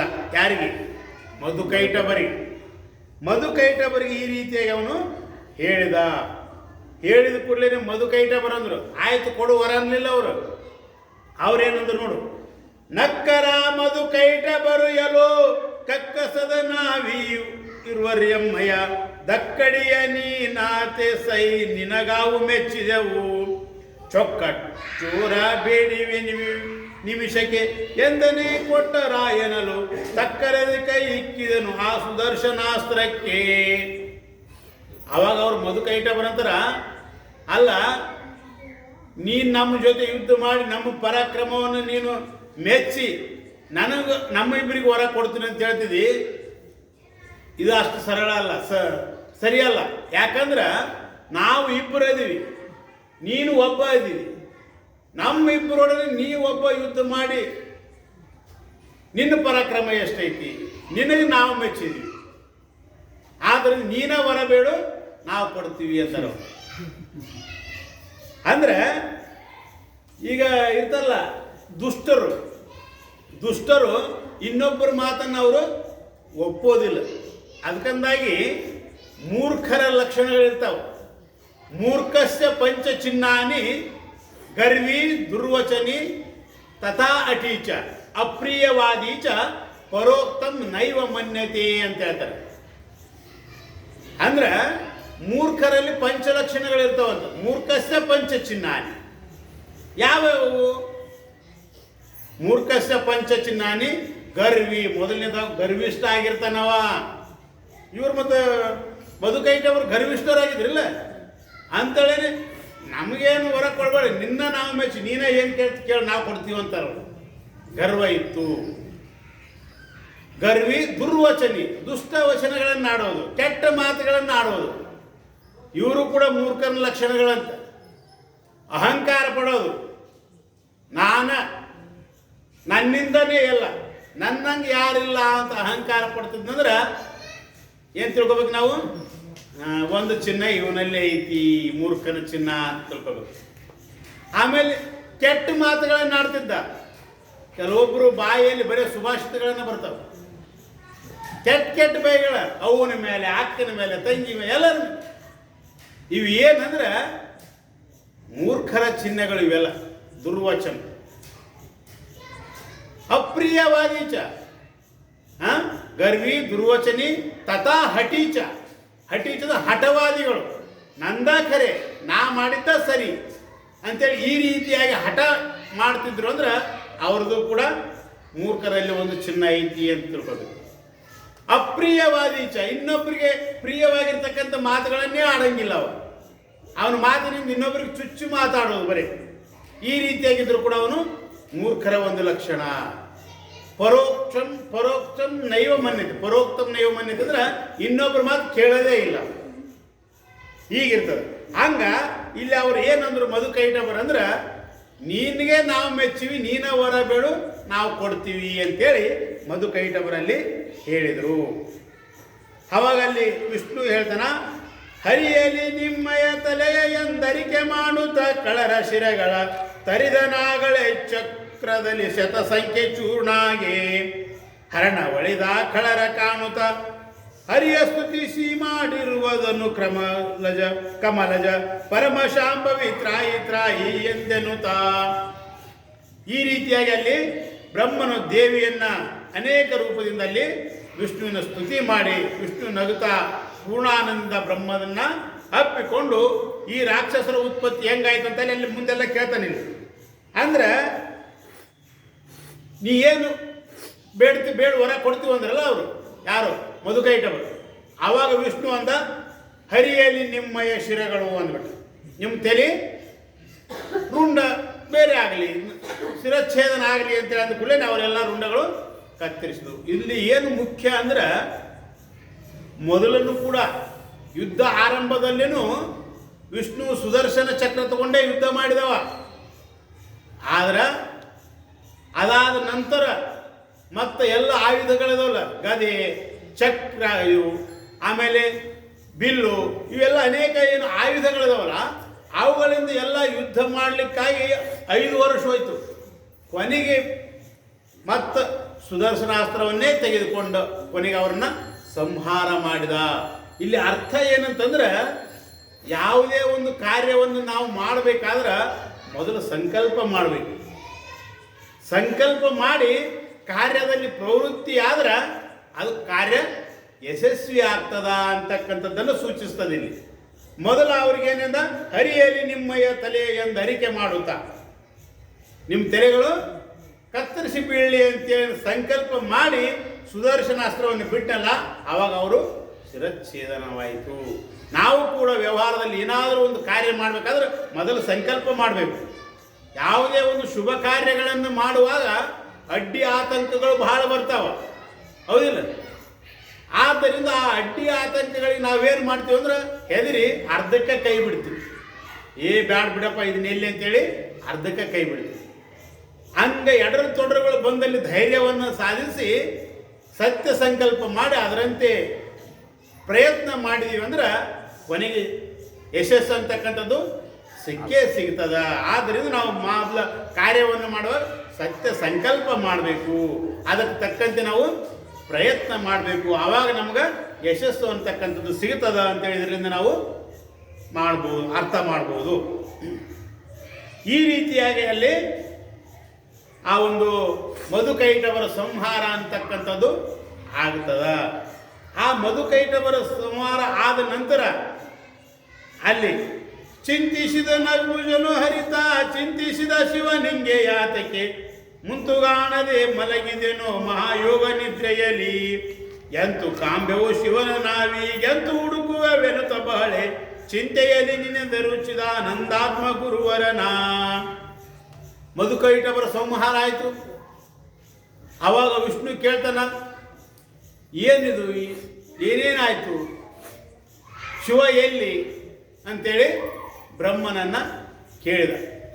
ಆವಾಗ ಬ್ರಹ್ಮ ಅಂದ, ನಿನ್ನ ಉದರದಾಗ ನಾವು ಹೋದ ನಂತರ ನಿನ್ನ ಸಮಾಧಿ ಸ್ಥಿತಿಯಲ್ಲಿ ಹೋಗಿಬಿಟ್ಟು ಆವಾಗ ನಾನು ನಿನ್ನ ಉದರದಲ್ಲಿ ಎಲ್ಲ ಲೋಕಗಳನ್ನು ನೋಡ್ತಾ ದಾರಿ ಕಾಣಲಾರದೆ ನಿನ್ನ ನಾಭಿ ಕಮಲದಿಂದ ನಾನು ಹೊರಗೆ ಬಂದೆ. ಆವಾಗ ಅದೇ ಸಮಯಕ್ಕೆ ನಿನ್ನ ಕಿವಿಯಿಂದ ಮಧುಕೈಟವರಂಥ ದುಷ್ಟ ರಾಕ್ಷಸರು ಇವರು ಹುಟ್ಟಿದರು. ಇವರು ನನ್ನ ಯುದ್ಧಕ್ಕೆ ಕರೆದರು. ನಾನು ಆಗೋದಿಲ್ಲ ಅಂತೇಳಿ ದೇವಿಯನ್ನು ಸ್ತುತಿಸಿ ನಿನಗೆ ಎಬ್ಬಿಸಿ ಪ್ರಾರ್ಥನೆ ಮಾಡಿದೆ. ಆವಾಗ ನೀನು ಅವರಿಗೆ ಇಷ್ಟು ವರ್ಷ ಯುದ್ಧ ಆಯಿತು ಅಂತೇಳಿ ಎಲ್ಲ ಆ ಬ್ರಹ್ಮನು ವಿಷ್ಣುವಿಗೆ ಎಲ್ಲ ಹೇಳಿದ. ಇಲ್ಲಿಗೆ ಈ 3ನೇ ಅಧ್ಯಾಯ ಅಂತಕ್ಕಂಥದ್ದು ಮುಗಿತಾ ಇದೆ. 4ನೇ ಅಧ್ಯಾಯದಲ್ಲಿ ದುಷ್ಟ ಮಹಿಷಾಸುರನ ಬಲವನ್ನು ಶಿಷ್ಟಳೆನಿಪ ಪರಾಂಬೆ ಬಹು ಉತ್ಕೃಷ್ಟ ರೌದ್ರದಿ ಸಂಹರಿಸಿದಳು ಸುರರು ಹರಿಸಿಸಲು.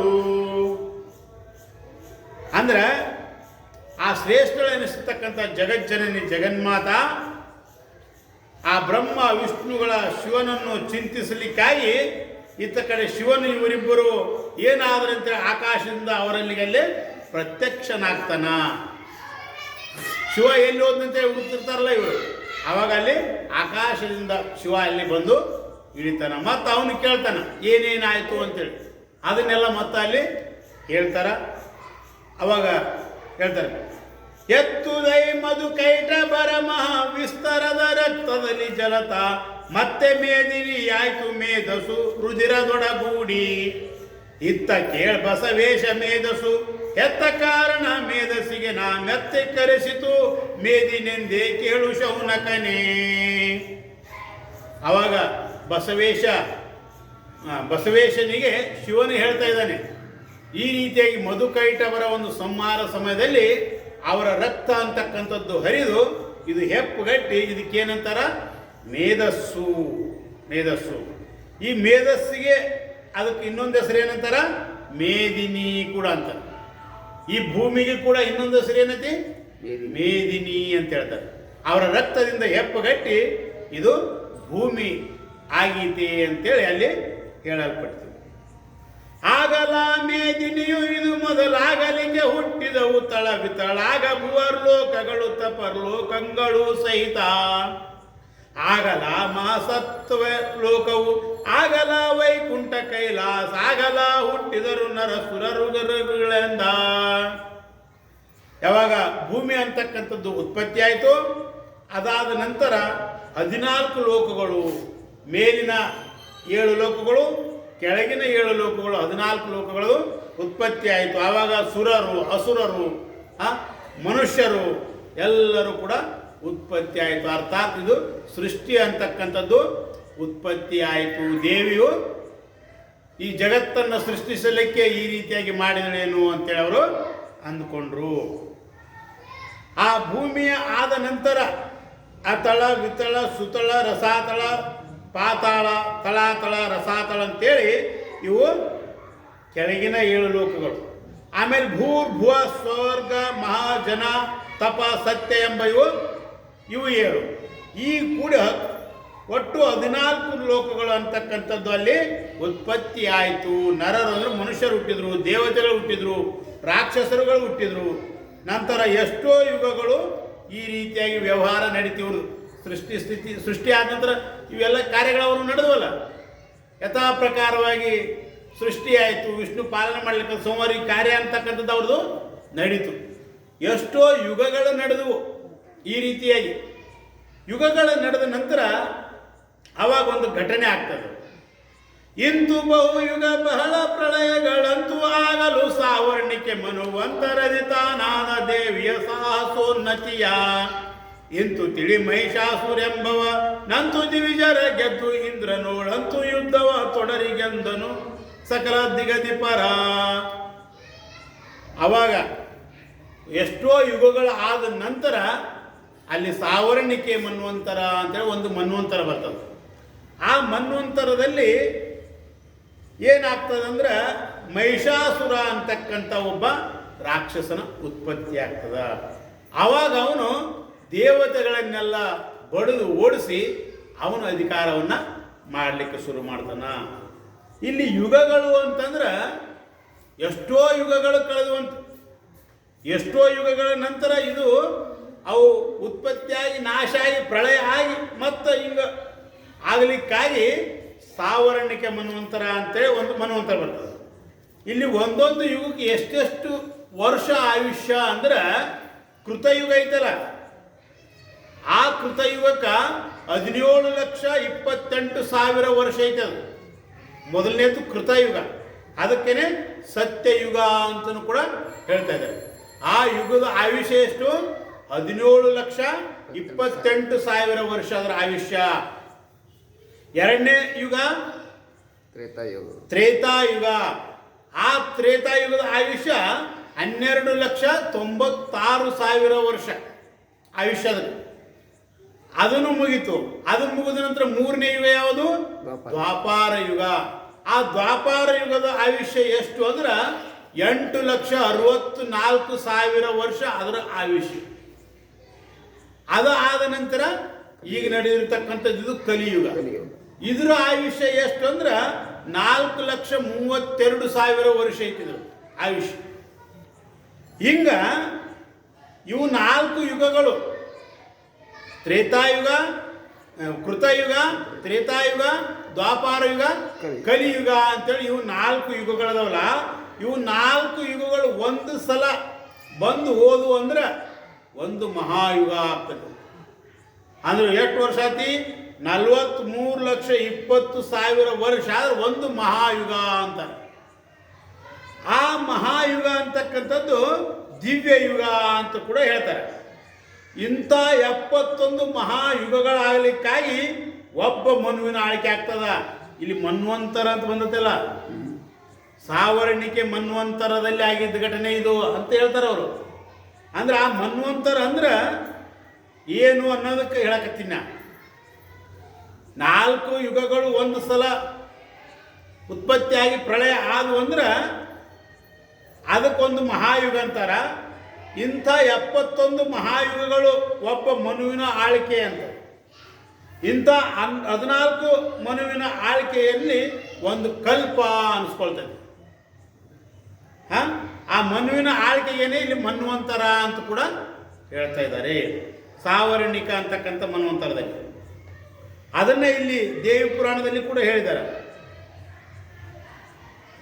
ಆಮೇಲೆ ಒಂದು ಶ್ಲೋಕನೂ ಐತಲ್ಲಿ, ಚತುರ್ಯುಗ ಸಹಸ್ರಾಣಿ ಏಕದಿನಂ ಪಿತಾಮಹ ಪಿತಾಮಹ ಸಹಸ್ರಾಣಿ ವಿಷ್ಣುರ್ ಘಟಿಕಮೇವಚ ವಿಷ್ಣು 12 ಲಕ್ಷಾಂತಂ ನಿಮಿಷಾರ್ಧ ಸದಾಶಿವ ಅಂತ ಹೇಳ್ತಾರೆ. ಅಂದ್ರೆ ಸದಾಶಿವನು ಆ ಶಿವನಿಗೆ 100 ವರ್ಷ ಆಳ್ವಿಕೆ ಆಗಲಿಕ್ಕೆ ಒಂದು ಮಹಾಪ್ರಳಯ ಆಗ್ತದೆ. ಇಷ್ಟೆಲ್ಲ ಆದ್ರೂ ಮನ್ವಂತರದ ವಿಚಾರ ಐತಿ. ಇಲ್ಲಿ ಎಲ್ಲ ದೇವತೆಗಳು ಅಳುತ್ತಾ ಏನು ಮಾಡಿದ್ರು, ಮಹಿಷಾಸುರನ ಉಪದ್ರವ ಭಾಳ ಆಯಿತು. ಆವಾಗ ಅವರೆಲ್ಲ ಕೂಡಿಕೊಂಡು ಬ್ರಹ್ಮನ ಬಳಿಗೆ ಬಂದರು. ಬ್ರಹ್ಮನ ಬಳಿಗೆ ಇಂದ್ರ ಮೊದಲಾದಂಥ ದೇವತೆಗಳೆಲ್ಲ ಕೂಡಿಕೊಂಡು ಬ್ರಹ್ಮನ ಬಳಿಗೆ ಬಂದರು. ಆಗ ಬ್ರಹ್ಮ ದೇವತೆಗಳನ್ನು ಕರೆದುಕೊಂಡು ಶಿವನ ಬಳಿಗೆ ಹೋಗ್ತಾನ. ಆಮೇಲೆ ಶಿವ ಏನು ಮಾಡ್ತಾನಂದ್ರೆ ಎಲ್ಲರನ್ನು ಕರೆದುಕೊಂಡು ವಿಷ್ಣುವಿನ ಬಳಿಗೆ ಹೋಗ್ತಾನ. ಇಲ್ಲಿ ಯಾಕಪ್ಪ ಅಂದ್ರೆ ಈ ಬ್ರಹ್ಮ ವಿಷ್ಣು ಇವರನ್ನು ಸಂಹರಿಸ್ಬೋದಾಗಿತ್ತಲ್ಲ, ಮೂವರು ತ್ರಿಮೂರ್ತಿಗಳು ಆ ಮಹಿಷಾಸುರನ ಸಂಹಾರ ಮಾಡ್ಬೋದಾಗಿತ್ತಲ್ಲ, ಅವರಿಂದ ಆಗೋದಿಲ್ಲ ಇದು. ಯಾಕಂದ್ರೆ ಅವನು ವರ ಪಡೆದಿದ್ದ. ಅವನು ಏನು ಮಾಡಿದ್ದ, ಬ್ರಹ್ಮ ವಿಷ್ಣು ಮಹೇಶರಿಂದ ನಾನು ಸಾಯಬಾರದು ಅಂತಕ್ಕಂಥ ವರವನ್ನು ಪಡೆದಿದ್ದವ. ಆ ಒಂದು ಕಾರಣಕ್ಕಾಗಿ ಅವನನ್ನು ಸಂಹರಿಸಲಿಕ್ಕೆ ಇವರಿಂದ ಆಗಲಿಲ್ಲ. ಆವಾಗ ಆ ವಿಷ್ಣುವಿನ ಬಳಿಗೆ ಬ್ರಹ್ಮ ಮತ್ತು ಶಿವ ಎಲ್ಲ ದೇವತೆಗಳಿಗೆ ಕೂಡಿಕೊಂಡು ವಿಷ್ಣುವಿನ ಬಳಿ ಬಂದರು. ಆವಾಗ ಅಲ್ಲಿ ವಿಷ್ಣು ಕೇಳ್ತಾನ, ಏನಿದು ಆಶ್ಚರ್ಯ, ಎಲ್ಲರೂ ಯಾಕೆ ಬಂದಿರಿ, ಏನು ಕಾರಣ, ನಿಮ್ಮ ಮುಖಗಳಲ್ಲಿ ಯಾಕೋ ಸ್ವಲ್ಪ ಕಳೆ ಗುಂದಿದವ, ಏನೋ ಚಿಂತಾಕ್ರಾಂತರಾಗಿದ್ದೀರಲ್ಲ, ಏನು ಕಾರಣ ಅಂತೇಳಿ ಎಲ್ಲರನ್ನ ಕೇಳಿದ ಹರಿ.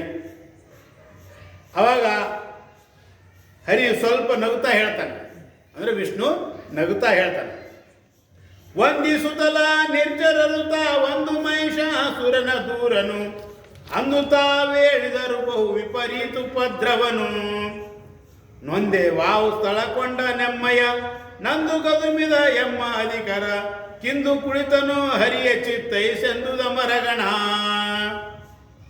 ದುಷ್ಟರೊಳು ಮಹಾದುಷ್ಟ ಕೇವಲ ಭ್ರಷ್ಟರೊಳು ಮಹಾಭ್ರಷ್ಟನವ ನಿಂದಿಷ್ಟು ಆಯಿತು ಅವಾಗೆ ಸಿಕ್ಕಿದಡೆಮ್ಮ ಜೀವಗಳು ನಷ್ಟವಾಗುವವೆಂದು ನಾವೀಗಿಷ್ಟು ಜನಗಳು ಬಂದೆವ ಮಹಾ ದುಷ್ಟನನ್ನು ಸಂಹರಿಸು ಹೇಳೆಂತೆಂದುದ ಮರಗಣ. ಅವಾಗ ಅದನ್ನೆಲ್ಲ ಹೇಳಿದರು. ಮಹಿಷಾಸುರ ಅಂತಕ್ಕಂಥ ಒಬ್ಬ ರಾಕ್ಷಸ ಇದ್ದಾನ, ಎಲ್ಲ ದೇವತೆಗಳಿಗೆ ಅವನಿಂದ ಭಾಳಷ್ಟು ಕಷ್ಟ ಆಗೈತಿ, ಅವನಿನ್ನ ಅಲ್ಲೇ ಇದ್ದೀವಿ ಅಂದ್ರೆ ನಮ್ಮನ್ನು ಕೂಡ ಸಾಯಿಸ್ತಾನಂತ ತಿಳ್ಕೊಂಡು ನಾವು ಬಿಟ್ಟು ಓಡಿ ಬಂದೀವಿ. ಆದ್ದರಿಂದ ಅವನು ದುಷ್ಟರೊಳಗನು ದುಷ್ಟ ಅದನ, ಭ್ರಷ್ಟರೊಳಗನು ಭ್ರಷ್ಟ ಅದನ. ಅಂಥವನಿಗೆ ನಾವು ನಮ್ಮ ಜೀವ ಕಳ್ಕೊಲಾರ್ದೇ ನಾವು ಬಿಟ್ಟೆಲ್ಲ ಓಡಿ ಬಂದೀವಿ. ಅವನನ್ನು ಸಂಹಾರ ಮಾಡು, ನಮ್ಮನ್ನು ರಕ್ಷಣೆ ಮಾಡು ಅಂತೇಳಿ ಅವರು ಎಲ್ಲ ದೇವತೆಗಳೆಲ್ಲ ಕೂಡಿ ಹೇಳಿದರು ಅಂತ. ಇಲ್ಲಿ ಇವು ರಾಕ್ಷಸರು ಅಂತೇಳಿ ಹೇಳ್ತಾರಲ್ಲ ಇದರಲ್ಲಿ ಬಂದರು. ಆ ರಾಕ್ಷಸರು ಅಂದರೆ ಇಲ್ಲಿ ಸಾಮಾನ್ಯವಾಗಿ ದುಷ್ಟ ಗುಣಗಳು ಇರ್ತಕ್ಕಂಥವ್ರು ಅಂತ ಅರ್ಥ. ಪ್ರತಿಯೊಬ್ಬರಲ್ಲಿ ಇರ್ತಾವು. ಪ್ರತಿಯೊಬ್ಬರಲ್ಲಿ ಸತ್ವ ರಜ ತಮ ಅಂತಕ್ಕಂಥ 3 ಗುಣಗಳು ಇದ್ದೇ ಇರ್ತವೆ. ಅದರೊಳಗೂ ಕೂಡ ಒಂದು ಸದ್ಗುಣ, ಇನ್ನೊಂದು ದುರ್ಗುಣ ಅಂತೇಳಿ 2 ಗುಣಗಳು ಪ್ರತಿಯೊಬ್ಬರಲ್ಲಿ ಇರ್ತವೆ. ಆ ಒಂದು ಸಮಯಕ್ಕನುಸಾರವಾಗಿ ಆ ಗುಣಗಳು ಬದಲಿ ಆಗ್ತಿರ್ತವೆ. ಆದರೂ ಒಂದೊಂದು ವಿಶೇಷ ಇರ್ತದೆ, ಹೆಚ್ಚಿನ ಪ್ರಮಾಣದಲ್ಲಿ ಇರ್ತದೆ. ಹೆಚ್ಚಿನ ಯಾವ ಗುಣ ಯಾರಲ್ಲಿ ಹೆಚ್ಚಾಯ್ತು ಆ ಗುಣಗಳು ಅಂತ ಹೇಳ್ತಾರೆ. ಈಗ ಸಾಮಾನ್ಯವಾಗಿ ಈಗೊಂದು ಓಣಿ ಐತಿ, ಆ ಓಣಿಯಲ್ಲಿ ಬ್ರಾಹ್ಮಣರೇ ಹೆಚ್ಚಿದ್ರು ಅಂದ್ರೆ ಅದಕ್ಕೆ ಏನಂತಾರೆ, ಬ್ರಾಹ್ಮಣವಾಡ ಅಂತಾರೆ. ಬ್ರಾಹ್ಮಣವಾಡ ಅಂದ್ರೆ ಅಲ್ಲಿ ಬೇರೆ ಯಾರು ಇಲ್ಲ, ಇರ್ತಾರ ಕಡಿಮೆ ಪ್ರಮಾಣದಲ್ಲಿ ಇರ್ತಾರೆ. ಇವರು ಸಂಖ್ಯೆ ಜಾಸ್ತಿ ಇರೋದ್ರಿಂದ ಅದಕ್ಕೆ ಬ್ರಾಹ್ಮಣವಾಡ ಅಂತೇಳಿ ಹಿಂಗೆ ಹೇಳ್ತಾರಲ್ಲ. ಹಂಗ ಸತ್ವಗುಣ ರಜಗುಣ ಎಲ್ಲರಲ್ಲಿ ಇರ್ತಾವು. ಕೆಲವೊಬ್ಬರಲ್ಲಿ ಸತ್ವಗುಣ ಜಾಸ್ತಿ ಇರ್ತದ, ರಜೋಗುಣ ಕಡಿಮೆ. ಅದಕ್ಕಂದ್ರೆ ಅವ್ರು ಸತ್ವಗುಣಿಗಳು ಅಂತ. ಇನ್ನು ಕೆಲವೊಬ್ಬರಿಗೆ ದುರ್ಗುಣಗಳೇ ಜಾಸ್ತಿ ಇರ್ತಾವೆ, ಸತ್ಗುಣಗಳ ಅಂಶ ಕಡಿಮೆ ಸ್ವಲ್ಪ ಇರ್ತದೆ. ಆದ್ದರಿಂದ ಅವ್ರಿಗೆ ಏನಂತಾರ, ದುಷ್ಟರು, ದುರ್ಗುಣಿಗಳು ಅಂತೇಳಿ ಅವರಿಗೆ ಕರೀತಾರ. ಆದ್ದರಿಂದ ನಾವು ಸಜ್ಜನರೇ ಆಗಬೇಕು, ಸದ್ಗುಣಿಗಳೇ ಆಗಬೇಕೇ ವಿನಃ ನಾವು ದುರ್ಗುಣಗಳು, ದುಷ್ಟರು ಆಗಬಾರದು ಅಂತ. ನಮ್ಮ ಜೀವನದಲ್ಲಿ ನಾವು ಸದ್ಗುಣಗಳನ್ನು ಅಳವಡಿಸ್ಕೋಬೇಕು ನಾವು ನಮ್ಮ ಜೀವನದಲ್ಲಿ. ಅದಕ್ಕಂದಾಗಿ ಭಗವದ್ಗೀತೆಯಲ್ಲಿ ಕೂಡ ಗುಣತ್ರಯ ವಿಭಾಗ ಯೋಗ ಅಂತ ಕೂಡ ಹೇಳ, ದೈವಾಸುರ ಸಂಪದ್ ವಿಭಾಗ ಯೋಗ ಅಂತ ಒಂದು ಅಧ್ಯಾಯನೇ ಐತೆ. ದೈವಿ ಗುಣಗಳು ಯಾವ್ಯಾವು, ಅಸುರ ಗುಣಗಳು ಯಾವುವು ಅಂತೇಳಿ ಅಲ್ಲಿ ಭಗವದ್ಗೀತೆಯಲ್ಲಿ ಒಂದು ಅಧ್ಯಾಯನೇ ಐತಿ. ದೈವಿ ಗುಣಗಳು ಯಾವುವು ಅಂತೇಳಿ ಅಲ್ಲಿ ಹೇಳ್ತಾ ಇದ್ದಾರೆ. ಅಭಯಂ ಸತ್ವ ಸಂಶುದ್ಧಿ ಜ್ಞಾನ ಯೋಗ ವ್ಯವಸ್ಥಿತಿ, ದಾನಂ ದಮಶ್ಚ ಯಜ್ಞಶ್ಚ ಸ್ವಾಧ್ಯಾಯ ಸ್ತಪ ಆರ್ಜವಂ, ಅಹಿಂಸಾ ಸತ್ಯಮಕ್ರೋಧ ತ್ಯಾಗ ಶಾಂತಿರ ಪೈಶುನಂ, ದಯಾಭೂತೇಶೋ ಲೋಲುಪ್ತಂ ಮಾರ್ಧವಂ ರೀರಚಾಪಲಂ, ತೇಜಕ್ಷಮ ಧೃತಿ ಶೌಚಂ ಅದ್ರೋಹಂ ನಾತಿಮಾನಿತ, ಭವಂತಿ ಸಂಪದಂ ದೈವೀಂ ಅಭಿಜಾತಸ್ಯ ಭಾರತ ಅಂತೇಳಿ 16ನೇ ಅಧ್ಯಾಯದಲ್ಲಿ 1, 2, 3 ಇವು 3 ದೈವಿ ಗುಣಗಳನ್ನು ಹೇಳಿದ್ದಾರೆ. ಅಲ್ಲಿ ಒಟ್ಟು ಎಷ್ಟು ಗುಣಗಳದಾವ ಅಂದ್ರೆ 26 ದೈವಿ ಗುಣಗಳನ್ನು ಹೇಳಿದ್ದಾರೆ. ಅವು 26 ಇಲ್ಲಂದ್ರೆ ಕೆಲವೊಂದು ಗುಣಗಳಾದ್ರೂ ನಮ್ಮಲ್ಲಿ ಅಳವಡಿಸ್ಕೊಳ್ಬೇಕು ನಾವು. ಯಾಕಂತಂದ್ರೆ ಎಲ್ಲವೂ ಸಾಧ್ಯ ಇಲ್ಲ. ಹೆಚ್ಚಿನ ಆದಷ್ಟು ಪ್ರಯತ್ನ ಪಟ್ಟು ನಾವು ಸದ್ಗುಣಗಳನ್ನು ಅಳವಡಿಸ್ಕೋಬೇಕು. ಯಾಕಂದ್ರೆ ಈಗ ನೋಡ್ರಿ ನೀವು, ಈಗ ಒಬ್ಬ ರೈತ ಹೊಲ ಮಾಡ್ತಾನೆ, ಎಲ್ಲ ಹೊಲ ಬೆಳೆ ಮಾಡ್ಬೇಕಂತೇಳಿ ಹೊಲ ಮೊದಲೆಲ್ಲ ಸ್ವಚ್ಛಗೊಳಿಸ್ತಾನೆ. ಇದ್ದದ್ದನ್ನೆಲ್ಲ ಕಸ ಕಂಟಿ ಮುಳ್ಳು ಎಲ್ಲ ತೆಗೆದು ಏನು ಒಂದಿಲ್ಲದಂತ ಸ್ವಚ್ಛ ಮಾಡಿರ್ತಾನೆ. ಸ್ವಚ್ಛ ಮಾಡೇನೆ ಅವನೇನು ಮಾಡ್ತಾನೆ, ಬೀಜ ಹಾಕ್ತಾನೆ. ಹೌದಿಲ್ಲ, ಏನು ಬೆಳಿಬೇಕಾಗೈತೆ ಅದನ್ನು ಬೀಜ ಹಾಕ್ತಾನೆ. ಬೀಜ ಹಾಕಿದ ನಂತರ ಸ್ವಲ್ಪ ದಿವಸದಲ್ಲಿ ಏನಾಗ್ತತಿ, ಬೆಳೆ ಬರ್ತೈತಿ. ಬೆಳೆ ಅಷ್ಟ ಬರ್ತೈತಿ, ಏನು ಬೆಳೆ ಜೊತೆಗೆ ಮತ್ತೇನ ಬರ್ತೈತಿ. ಈಗೇನೈತೈತಲ್ಲ ಮಳೆ, ಹಿಂಗೆ ಮಳೆ ಐತೈತಿ ಅಂದ್ರೆ ಬೆಳೆಗಿಂತ ಕಸನ ಜಾಸ್ತಿ ಬರ್ತೈತಿ. ಹೌದಿಲ್ಲ, ಹಂಗ ಸತ್ವಗುಣಗಳು ಇದ್ದಾಗಾದ್ರೂ ಕೂಡ ಅಲ್ಲಿ ದುರ್ಗುಣಗಳು ಇರ್ತಾವೆ. ಅವು ದುರ್ಗುಣಗಳನ್ನು ರೈತ ಏನು ಮಾಡ್ತಾನ, ಇದು ಬೆಳೆದಂದ್ರೆ ಕಸ ಬೆಳೀತಂದ್ರೆ ಬೆಳೆ ಚೆನ್ನಾಗಿ ಬರಾಗಿಲ್ಲ ಅಂತ ತಿಳ್ಕೊಂಡು ಏನು ಮಾಡ್ತಾನ, ಅದನ್ನೆಲ್ಲ ತೆಗೆದೋಗಿತಾನೆ. ಹೌದಿಲ್ಲ, ಬೆಳೆ ಒಂದನ್ನು ಇಡ್ತಾನೆ. ಹಂಗ ಪ್ರತಿಯೊಬ್ಬರ ಅಂತಃಕರಣದಲ್ಲಿ 2 ಗುಣಗಳು ಇರ್ತಾವು. ಅವು ಸಮಯಾನುಸಾರ ಉದ್ಭವ ಆಗ್ತಾವು. ಆದರೂ ಕೂಡ ದುರ್ಗುಣಗಳು ಉಂಟಾದಾಗ ನಾವು ಅವುಗಳನ್ನು ನಾಶ ಮಾಡಬೇಕು, ದುರ್ಗುಣಗಳನ್ನು ನಾಶ ಮಾಡಬೇಕು, ಸತ್ವ ಗುಣಗಳನ್ನು ನಾವು ಬೆಳೆಸ್ಕೊಳ್ಬೇಕು ಅಂತ ತಾತ್ಪರ್ಯ. ಆದ್ದರಿಂದ ಇಲ್ಲಿ 26 ಸದ್ಗುಣಗಳನ್ನು ಹೇಳಿದ್ದಾರೆ. ಮೊದಲನೇದು ಯಾವುದು, ಅಭಯಂ ಅಂತ ಹೇಳ್ತಾರೆ. ಅಭಯಂ ಅಂದ್ರೆ ಭಯ ಇಲ್ಲದಿರುವುದು ಅಂತ ಅರ್ಥ. ಅಭಯಂ ಅಂದ್ರೆ ಇಲ್ಲಿ ಭಯ ಇಲ್ಲದಿರುವುದು ಅಂದ್ರೆ ಮತ್ತೆ ಯಾರ ಅಂಜಿಕೆ ನನಗಿಲ್ಲ ಅಂತ ಹಿಂಗಲ್ಲ. ಅದಕ್ಕೆ ವೇದಾಂತದಲ್ಲಿ ಮತ್ತೆ ಏನು ಹೇಳ್ತಾರೆ ಅಂದ್ರೆ, ಅಭಯ ಅಂದ್ರೆ ನಿತ್ಯ ವಸ್ತು ವಿವೇಕ ಅಂತೇಳಿ ಅರ್ಥ ಮಾಡ್ತಾರೆ. ಅಭಯ ಅಂದ್ರೇನು, ನಿತ್ಯ ವಸ್ತು ವಿವೇಕ. ಇದರಿಂದಲೇ ತನ್ನ ಸ್ವರೂಪ ಜ್ಞಾನ, ಆತ್ಮಜ್ಞಾನ ತಿಳ್ಕೊಳ್ಳಿಕ್ಕೆ ಬರ್ತದವು. ಹೌದಿಲ್ಲ, ಮತ್ತು ಕೊನೆಗೆ ಆತ್ಮನಿಗೆ ನಾಶ ಇಲ್ಲ ಅಂತಕ್ಕಂಥ ಜ್ಞಾನ ಯಾವುದರಿಂದ ಆಗ್ತದೆ, ಈ ವಿವೇಕದಿಂದನೇ ಆಗ್ತದೆ. ಮೊದಲನೇ ಸಾಧನ ಅದು ವಿವೇಕ.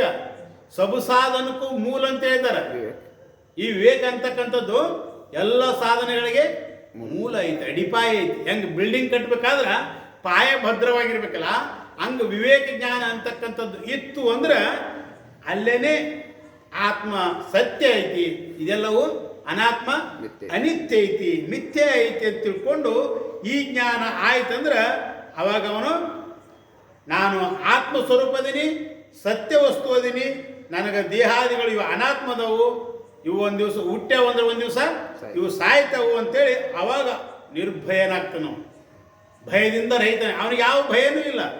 ನಮಗೆ ಭಯ ಯಾಕೈತೆ ಅಂದ್ರೆ ಈ ಶರೀರವೇ ನಾ ಹುಟ್ಟೀನಿ, ಮತ್ತು ಇದು ಸಾಯ್ತೈತಲ್ಲ ಒಂದು ದಿವಸ, ಇದು ಸಾಯ್ತೈತೆ ನಾನು ಸಾಯ್ತೀನಿ ಅಂತೇಳಿ ಭಯದಿಂದ ಇವನು ಬದುಕ್ತಾ ಇದ್ದಾನೆ ಮನುಷ್ಯ.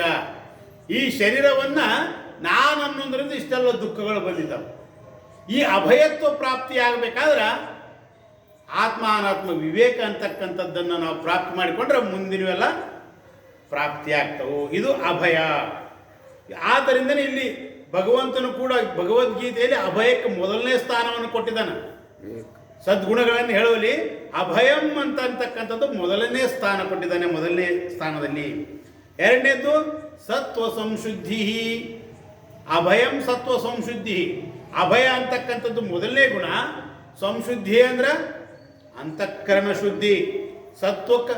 ಸತ್ವನಾಮ ಅಂತಃಕರಣಕ ಹೇ ಅಂತ ಕೂಡ ಹೇಳ್ತಾರೆ. ಸತ್ವ ಅಂದ್ರನ ಅಂತಃಕರಣ. ಆ ಅಂತಃಕರಣ ಸ್ವಚ್ಛ ಇರಬೇಕು. ಅದಕ್ಕಂದಾಗಿ ಸಮ್ಯಕ್ ಶುದ್ಧಿ ಅಂತ ಕೂಡ ಹೇಳ್ತಾರೆ. ಸತ್ವ ಶುದ್ಧಿಗೆ ಏನು ಹೇಳ್ತಾರೆ ಇನ್ನೊಂದರ್ಥ ಸಮ್ಯಕ್ ಶುದ್ಧಿ ಅಂತ ಹೇಳ. ಚೆನ್ನಾಗಿ ಹಸನು ಮಾಡ್ಕೊಳ್ಬೇಕು. ಹೆಂಗೆ ಹೊರಗೆ ರೈತ ಕಸ ಬೆಳಿತಂದ್ರೆ ಅದನ್ನು ಹಸನು ಮಾಡ್ತಾನಲ್ಲ, ಹಂಗೆ ನಮ್ಮ ಅಂತಃಕರಣದಲ್ಲಿ ಕೂಡ ಅನೇಕ ದುರ್ಗುಣಗಳನ್ನು ನಾವು ನಾಶ ಮಾಡಬೇಕು, ಅವನ್ನು ಕಳ್ಕೊಳ್ಬೇಕು ಅಂತ. ಆವಾಗನೇ ಅಂತಃಕರಣ ಅಂತಕ್ಕಂಥದ್ದು ಶುದ್ಧಿ ಆಗ್ತದ. ಈ ಕಪಟ, ಸುಳ್ಳು ಕೆಲವೊಂದು ಇರ್ತಾವಲ್ಲ, ಇವನು ನಾವು ಬಿಡಬೇಕಾಗ್ತದೆ. ಅವಾಗ ಅಂತಃಕರಣ ಅಂತಕ್ಕಂಥದ್ದು ವಿಶೇಷ ರೂಪದಿಂದ ಅದು ಶುದ್ಧಿ ಆಗ್ತದ. ಮಲದೋಷ, ವಿಕ್ಷೇಪ ದೋಷ ಇವೇನದವಲ್ಲ, ಇವುಗಳನ್ನು ಕೂಡ ನಾವು ಕಳ್ಕೋಬೇಕು. ಆವಾಗ ಏನಾಗ್ತದೆ? ಜ್ಞಾನ ಯೋಗ ವ್ಯವಸ್ಥಿತಿ. ಜ್ಞಾನ ಮತ್ತು ಯೋಗದಲ್ಲಿ ಆವಾಗ ನಮ್ಮ ಮನಸ್ಸು ಸ್ಥಿರವಾಗ್ತದ. ಆಮೇಲೆ ದಾನ ಗುಣವನ್ನು ಅಳವಡಿಸ್ಕೊಳ್ಬೇಕು. ಆಮೇಲೆ ದಮಶ್ಚ, ದಮ ಅಂದ್ರೆ ಇಂದ್ರಿಯ ನಿಗ್ರಹ. ಶಮ ಅಂದ್ರೆ ಮನಸ್ಸಿನ ನಿಗ್ರಹ. ಯಾಕಂದ್ರೆ ಇಂದ್ರಿಯಗಳು ಬಹಿರ್ಮುಖವಾಗಿನ ಸೃಷ್ಟಿ ಮಾಡಿದ್ದಾನೆ ಪರಮಾತ್ಮ. ಆದ್ರಿಂದ ಅವು ಹೊರಗೆ ಹೋಗ್ತಾವು. ಅವುಗಳನ್ನು ನಾವು ತಡೆಗಟ್ಟಬೇಕು. ಅವನು ನಮ್ಮ ಅಂಡರದಲ್ಲಿಟ್ಕೋಬೇಕು. ಸ್ವಾಧ್ಯಾಯ ಅಂದರೆ ಸ್ವರೂಪ ಜ್ಞಾನವನ್ನು ಉಂಟು ಮಾಡತಕ್ಕಂಥ ಶಾಸ್ತ್ರಗಳ ಅಧ್ಯಯನಕ್ಕೆ ಸ್ವಾಧ್ಯಾಯ ಅಂತಾರೆ. ಅಧ್ಯಯನ. ಅಂದ್ರೆ ತನ್ನ ಅಧ್ಯಯನ ಮಾಡೋದು. ನಾನು ಯಾರು ಅಂತಕ್ಕಂಥದ್ದನ್ನು ವಿಚಾರ ಮಾಡಬೇಕು. ನೀವಂತಿರ್ಬೇಕು ನಾವು ಯಾರು ಅಂತ ನಮ್ಗೆ ಗೊತ್ತಿಲ್ಲ. ಸ್ವಾಮಿಗಳು ನಾವು ಯಾರು ಅಂತ ವಿಚಾರ ಮಾಡ್ರಿ ಅಂತಾರೆ. ನಾವು ಅಂದ್ರೆ ಯಾರು ಗೊತ್ತಿಲ್ಲ ನಿಮ್ಗೆ. ಗೊತ್ತೈತೆ ನಿಮ್ಗೆ? ಅಷ್ಟು ಗೊತ್ತಿಲ್ಲ ನಿಮ್ಗೆ? ಹೌದಿಲ್ಲ? ಗೊತ್ತೈತಿ. ನಾವಂದ್ರೆ ಯಾರು ಗೊತ್ತೈತಿ? ನೀ ಯಾರು? ನಾ ಕಲ್ಲಪ್ಪ ಮಲ್ಲಪ್ಪ ಅಂತಾನೆ ಹೇಳ್ತೀನಿ. ಹೌದಿಲ್ಲ? ನೀವು ಯಾರಾದ್ರೆ ನೀವು ಹೆಸರೇ ಹೇಳೋರಲ್ಲ. ಕಲ್ಲಪ್ಪ ಮಲ್ಲಪ್ಪ ಕಲ್ಲವ ಮಲ್ಲವ ಅಂತೇಳಿ ಹೆಸರೇ ಹೇಳ್ತೀರಿ ನೀವು. ಅಂದ್ರೆ ತಪ್ಪು ತಿಳ್ಕೊಂಡಿವಿ ನಾವು. ಈ ದೇಹಕ್ಕೆ ಇಟ್ಟಂಥ ಹೆಸರು ಅದು. ಇದರಲ್ಲಿ ವಿಚಾರ ಮಾಡ್ರಿ ನೀವು, ಆ ಹೆಸರು ಐತೇನು? ಈ ದೇಹಕ್ಕೆ ನಾನು ಕಲ್ಲಪ್ಪ ಅಂತ ಅಂದಿನಿ. ಈ ದೇಹವನ್ನು ಉದ್ದೇಶಿಸಿ ಕಲ್ಲಪ್ಪ ಅಂದಿ. ಆ ಕಲ್ಲಪ್ಪನ ಹೆಸರ ಸಿದ್ಧಿಸೋದಿಲ್ಲ ಇದ್ರಾಗ.